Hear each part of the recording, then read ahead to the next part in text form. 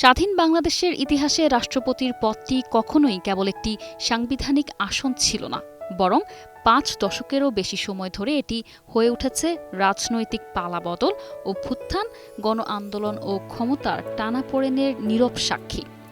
স্বাধীনতার পর রাষ্ট্রপতি, অস্থায়ী রাষ্ট্রপতি, ভারপ্রাপ্ত রাষ্ট্রপতি বা দায়িত্বপ্রাপ্ত ব্যক্তি হিসেবে মোট ১৯ জন এই দায়িত্ব পালন করেছেন, অথচ তাদের মধ্যে নির্ধারিত মেয়াদ পূর্ণ করতে পেরেছেন মাত্র ৪ জন।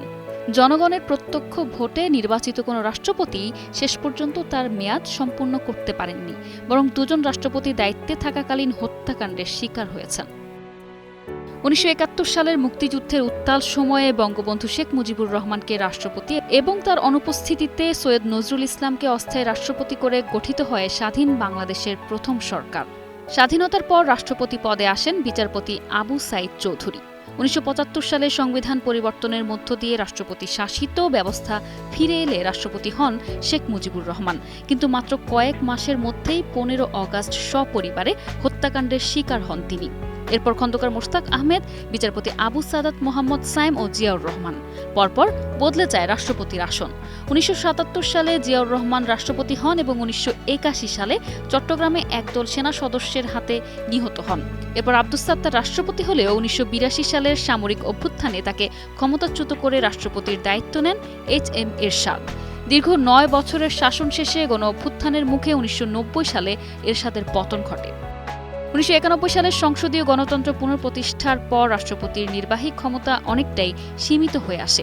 এ সময় বিচারপতি শাহাবুদ্দিন আহমেদ, আব্দুর রহমান বিশ্বাস, একিউএম বদরুদ্দোজা চৌধুরী, মুহাম্মদ জমির উদ্দিন সরকার, ইয়াজউদ্দিন আহমেদ ও জিল্লুর রহমান রাষ্ট্রপতির দায়িত্ব পালন করেন। তাদের মধ্যে আব্দুর রহমান বিশ্বাস ও বিচারপতি শাহাবুদ্দিন আহমদ পূর্ণ মেয়াদ শেষ করেন, তবে বদরুদ্দোজা চৌধুরী সরকারের সঙ্গে দূরত্বের কারণে পদত্যাগ করেন। আর ইয়াজউদ্দিন আহমেদের সময় রাজনৈতিক সংকট ও ১/১১ পট পরিবর্তনে রাষ্ট্রপতির পদও নতুন বাস্তবতার মুখোমুখি হয়।